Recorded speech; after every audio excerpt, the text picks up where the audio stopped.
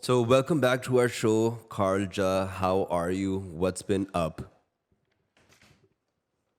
Good, good. Things are looking great. It's always good to be back on your show. Thank you.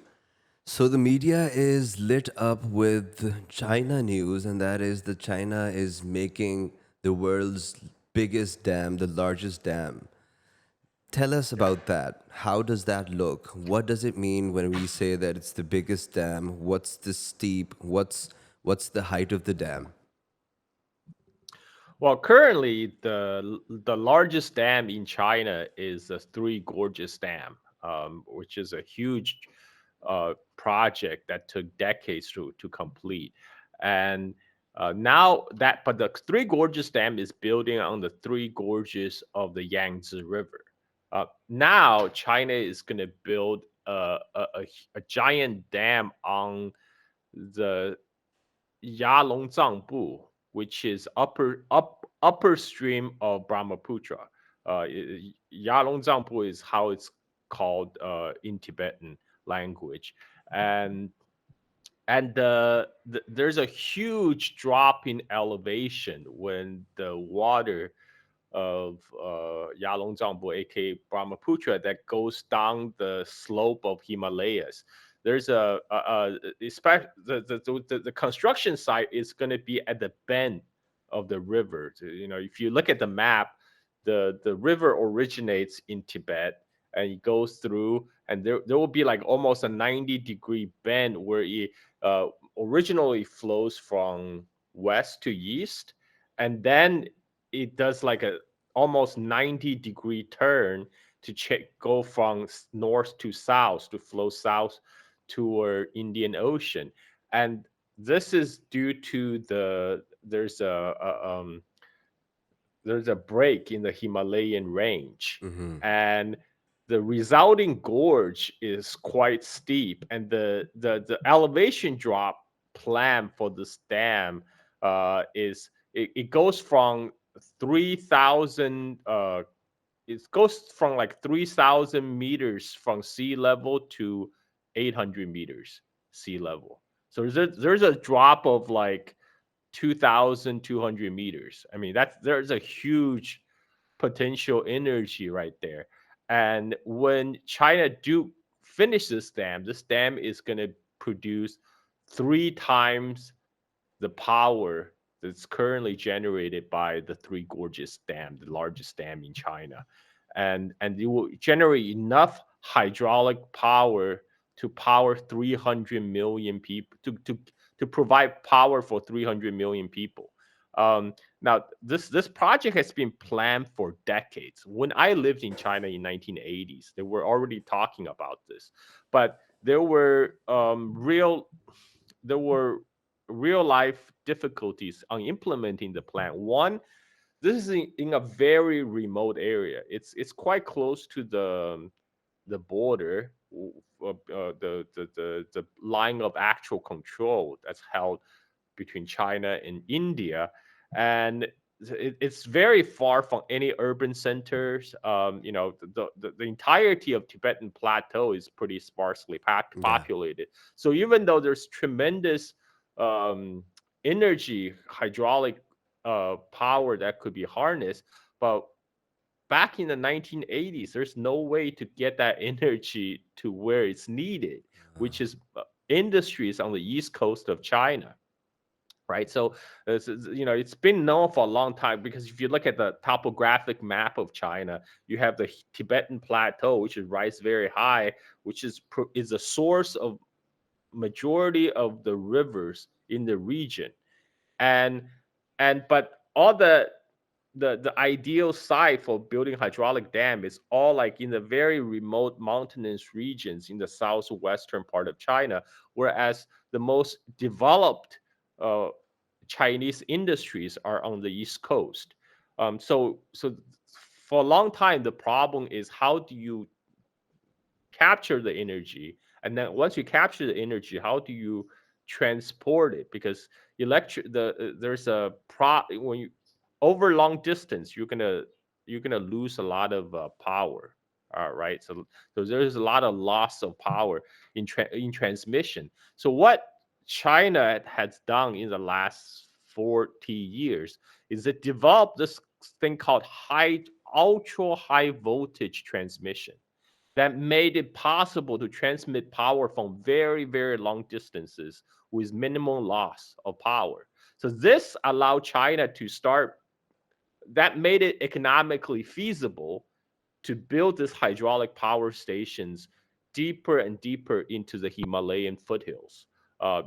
We saw that with Beihetan power station in Yunnan, which is also on the it's in the Himalayan foothills, but it's already pretty far up the elevation. But now this time, the dam they're going to build on Yarlung Tsangpo, that's just very, very remote.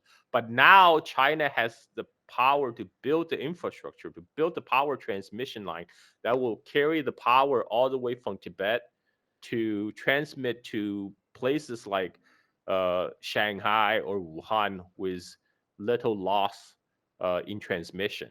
So this is why it took 40 years to plan out, but finally China has both the capital and the means to carry out this very ambitious plan.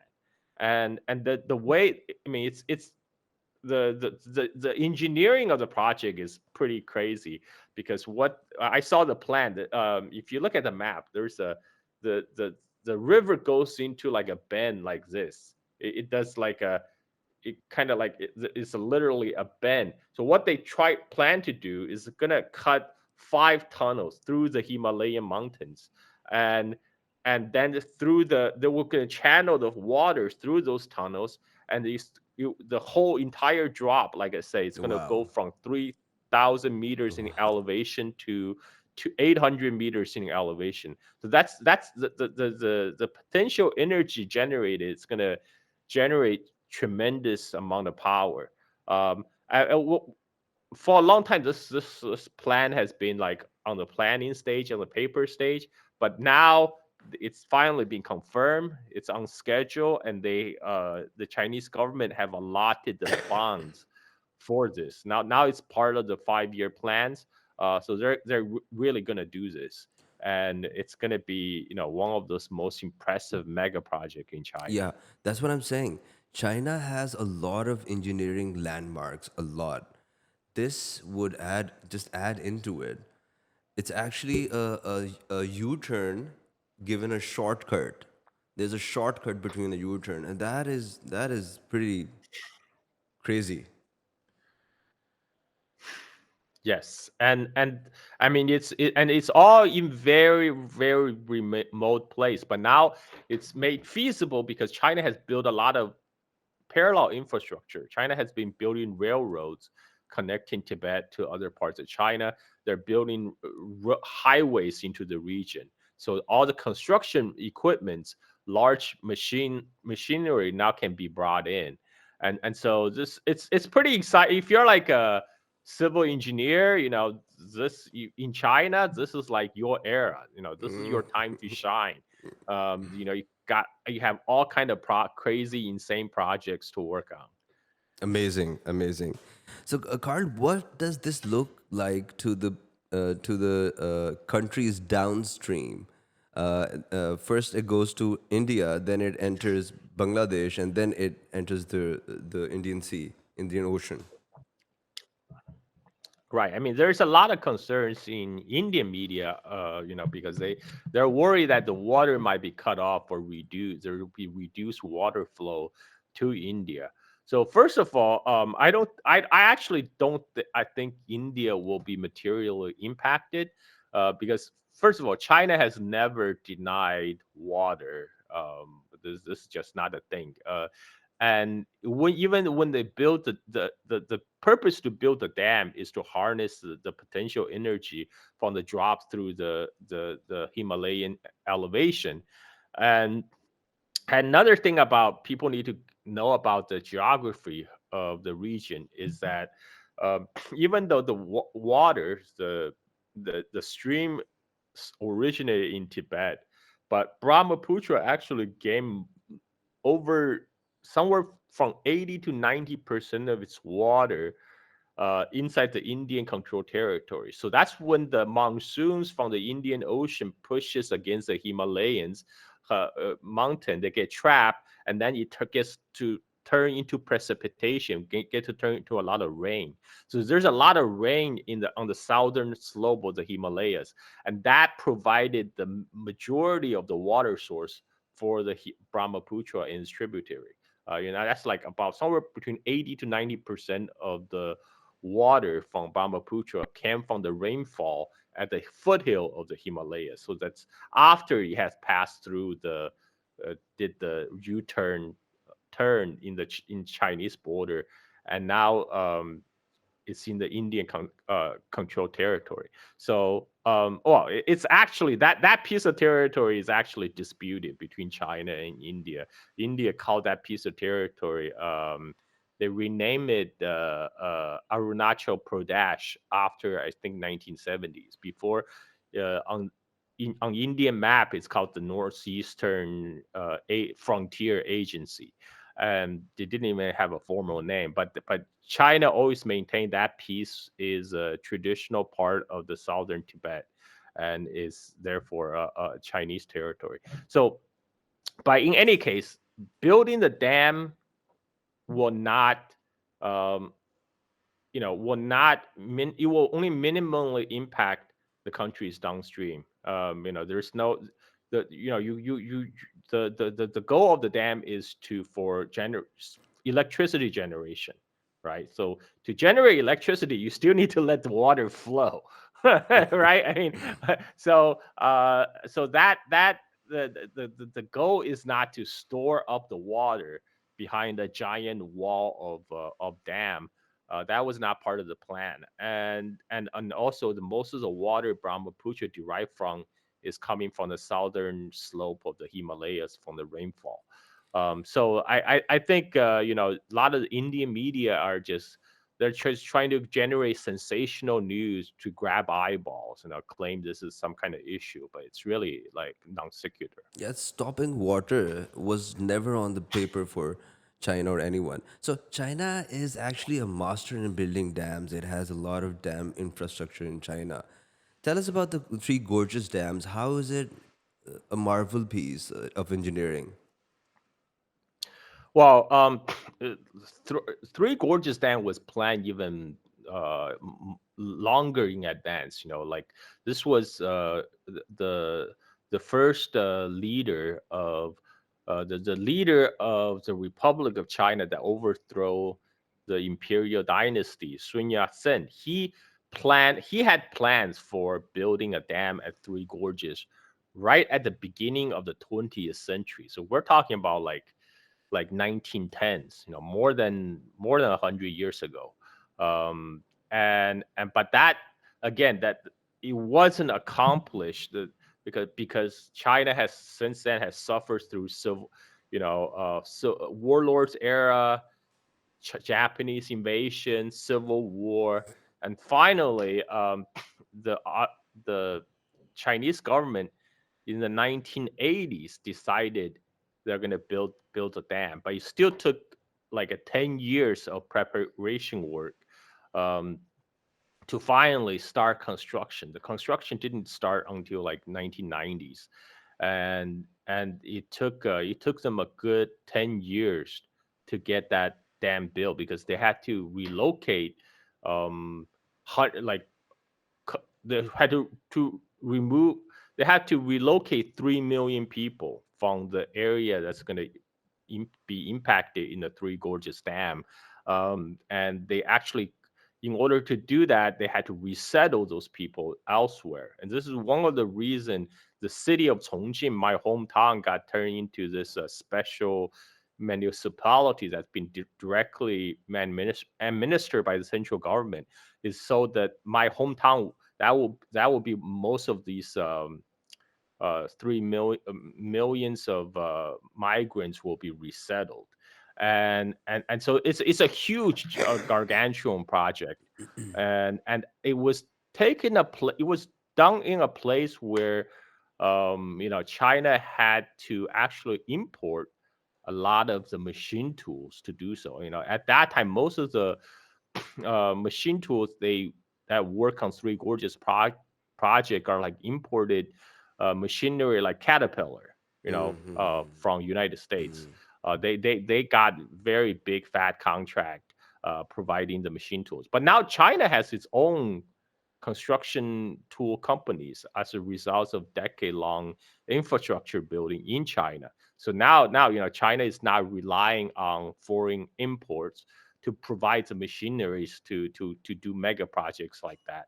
And China already has the experience of building many mega dams under their belt. It's Three Gorges Dam is just one of them. Why do they And call and it the the Three I Gorges Dams? Because Well, yeah. it's because it passed through this area in the Yangtze River that's known as Three Gorges. So in the ancient time, the um for this is the area where Yangtze River leaves the Sichuan Basin. You pass through this mountain range. You cut through this mountain range, uh, and flows east. And this is area known as Three Gorges. So in the very ancient times, there was actually Yangtze River did not flow from from Tibet to the sea. All the water actually gets accumulated in the Here. Sichuan Basin, um, and and then I don't remember exact time, like tens of thousands of years ago, there was a giant earthquake that cracked the mountains. It created a crack in the mountains that allowed the river in the giant inland sea in the Sichuan Basin to break through, and all the water start to wash through the mountain range and created a very deep gorge. And it's a series of gorge over like hundreds of kilometers. It's just known as Three Gorge. The area is known as Three Gorges. So Oh. so the Three Gorges Dam is building at like the end, near the end of the where the Three Gorges would end. So there was a lot of again, the water is coming through this very narrow mountain gorge, and that's why they built a dam there to try to capture all these potential energy to convert it into electricity. So And another idea. before this dam, that dam was the biggest in China. Correct. Okay. And because Three Gorges Dam actually serve more purpose than just electricity generation. It's also for flood control Yeah. and navigation, because for the longest time, the big size boat cannot pass through Three Gorges because there's many rapids, many rocks, outcropping. So what they did was, once they built they after the People's Republic was founded in 1949, they blow up a lot of the rocks in the river to allow better navigation. But now, with the building of the Three Gorges Dam, the river has widened enough.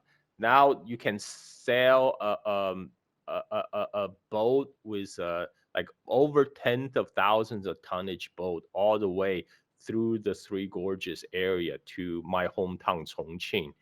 And this is important because Chongqing served as a gateway to entire southwestern China.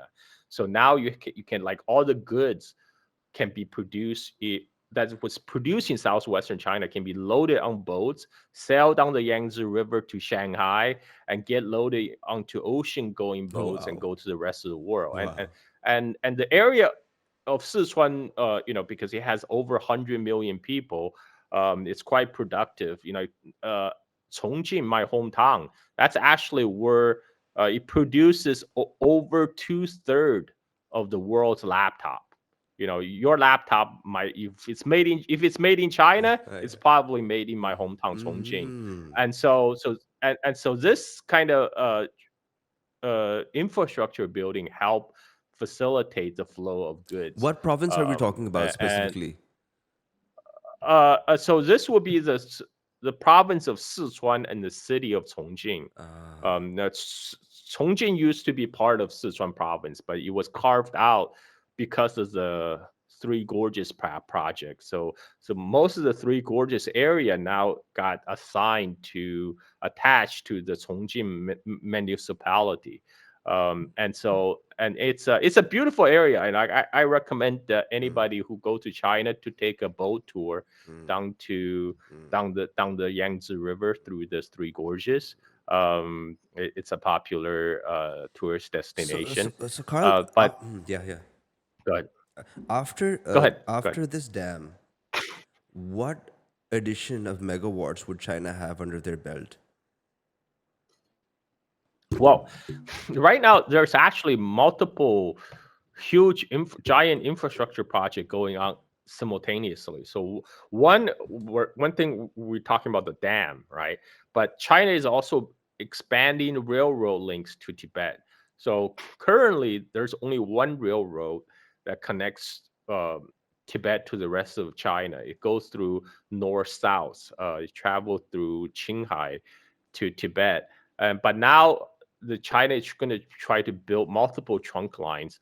One project is to build a railroad from Sichuan province, where we just talk about Yangtze River, Three Gorges, and built from Sichuan province to Tibet. And there's another railroad they're building from the Yunnan province from the south to Tibet, and they're all going to cut through very steep Himalayan foothills. They're gonna have to build through a lot of tunnels, very like sometimes 5-6 kilometer long tunnels to build this railroad that will have a train that travel around 160 kilometer per hour. So those projects will take a long time. But again, these infrastructure projects all build upon each other. These railroads and new roads that's been built, these will enable large machineries to be brought in to build the dam. So they all work together. It's all like part of an integrated development plan.